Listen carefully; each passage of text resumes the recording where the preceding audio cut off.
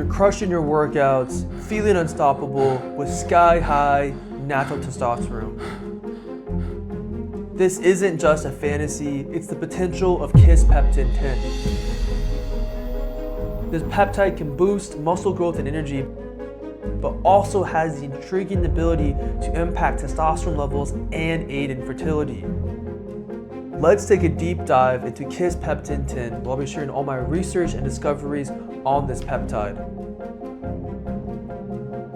Before I begin, I must say I'm not a doctor, so please, any medical concerns or questions, please consult your doctor. Do not listen to this video. All the content in this video is for purely educational and entertainment reasons. So what is Kisspeptin 10? So Kisspeptin 10 falls into the category of being a neuropeptide hormone and actually works on the hypothalamus. This peptide is often called the puberty peptide because it actually plays a crucial role in puberty development. Additionally, Kisspeptin 10 works on the sex hormone feedback loop, which is crucial for hormones and fertility. So how does Kisspeptin 10 work? Kisspeptin 10 works by starting in the hypothalamus that stimulates GnRH, gonadotropin releasing hormone. And this allows the body to release LH and FSH.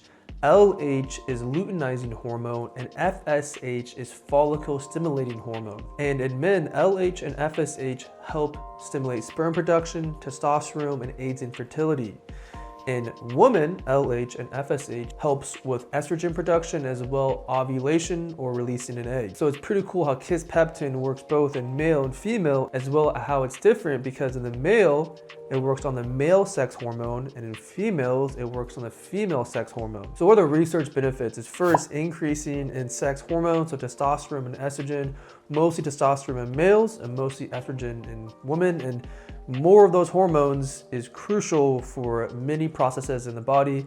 Next research benefit is aiding in fertility, which Kisspeptin 10 is actually heavily researched for fertility because it works both in male and females. As well, Kisspeptin 10 offers preventative things in cancer, and it actually helps aid in emotional processing because it's been shown that Kisspeptin also acts in parts of the brain because it does work on your hypothalamus. Now, what are the research side effects? From my experience and my research, I've seen first pain and infection upon injecting, but that can be greatly diminished with proper injecting techniques. Another side effect is that these peptides do play with the sex hormone feedback, so it can alter things or take hormones out of balance, which that could lead to many side effects. I've only seen that in rare conditions or very high levels, and oftentimes that is greatly reduced once just the peptide is stopped. And that's actually why I love peptides, is because they work with the body and it's way different than using exogenous hormones. Now let's go into the research dosing and cycling. And I've seen 0.1 milligram per kilogram, which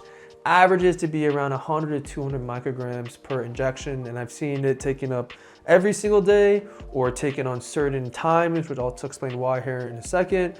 But the cycling really comes to the response and the goal. So for example, Kisspeptin 10 is often a lot used for fertility. So before sex, it can be taken to hopefully enhance that. Additionally, Kisspeptin 10 I've seen cycle continuously to help increase testosterone and as well as overall increase fertility for a long duration. But anyways, it seems 100 to 200 micrograms per injection, and cycling I've seen anywhere from 10 to 12 weeks on, and then taking 4 to 8 weeks off, but even having an off cycle. Some question, because for example, if you're on TRT or other hormone supporters, you don't really go off of them, unless, there's a big reason. And now let's go into the research timing and benefits. And first, the main goal is testosterone production.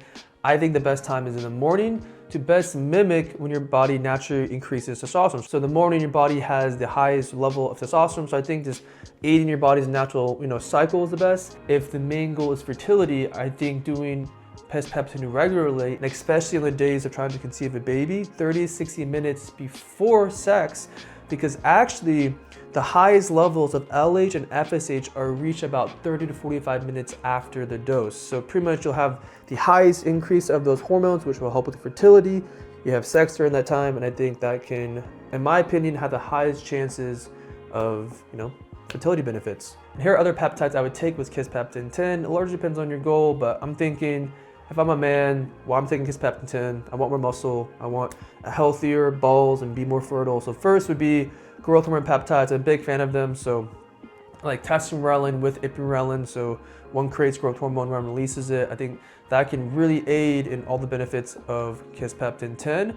Next peptide would be PT141, mostly if I wanted more of a sexual enhancing benefit. Next would be IGF-1 LR3 with PEG-MGF. Those are two different peptides, but that really, if I wanted to focus more on just building mass, building muscle, because Kisspeptin can help with more testosterone.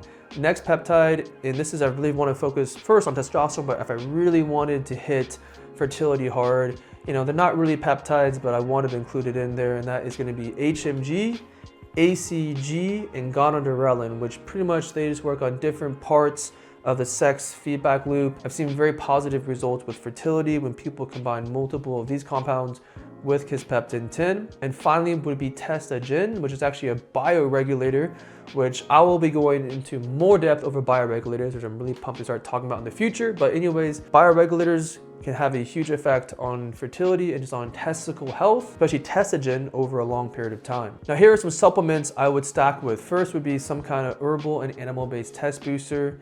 Next would be vitamin D with K2. I think vitamin D and K2 have a good effect, but especially, a synergistic effect, but vitamin D is very important for hormones. And lastly would be DIM, which is actually found in like broccoli and cauliflower and all those vegetables, but DIM actually is an estrogen modulator, so we're really good at balancing out estrogen levels. And the reason why is that when you make more hormones, your body makes more of both. Both people do, both sexes. So in my opinion, it just makes sure that you don't create too much estrogen, especially as a man. And here are some lifestyle tools I would add. And again, my perspective is, why would someone want to use Kisspeptin 10? I want to get jacked.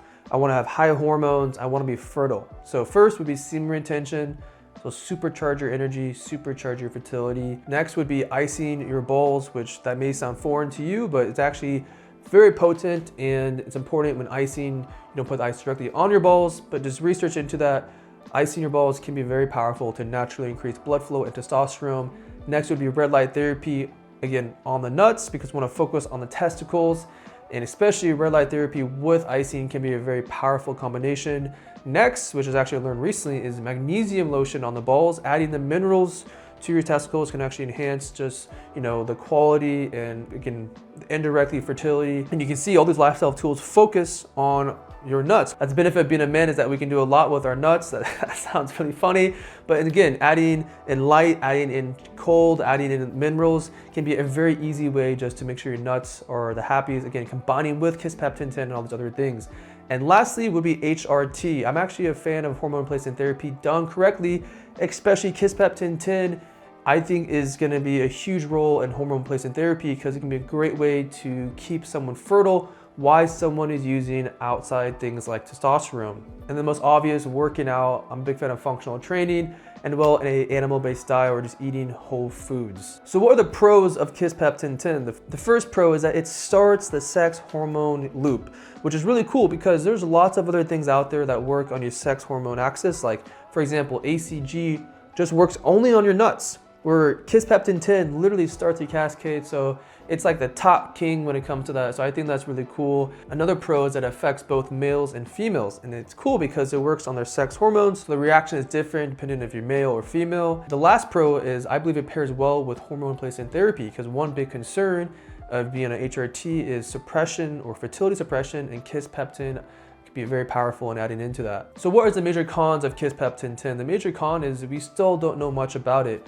It's a fairly new peptide. It does seem very promising. It has all these things of why one would think this is awesome, but it's new, and that is a lot of unknown. So right now, that's the main con, but that may change in a year or so. So what's my overall opinion of Kisspeptin 10? I personally used Kisspeptin 10 for many months, and here's my honest answer. It's hard to say how effective it was because I wasn't getting lab work done.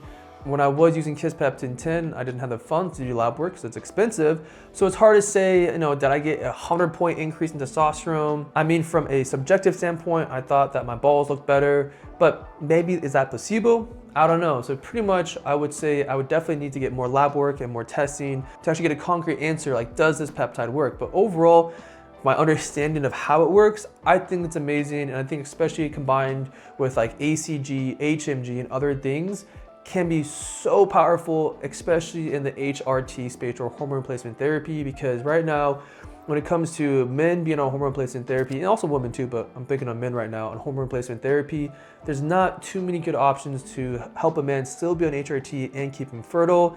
And I really think now we're discovering all these new ways that could just make hormone replacement therapy way more better, more potent. But anyways, that's my overall opinion of today. It may change, and if it does change, I'll be making an update video. But if you want to master peptides, I got a couple options for you guys. First, I'm having a free live event. Join that. We're doing a giveaway. I have a community. Join that.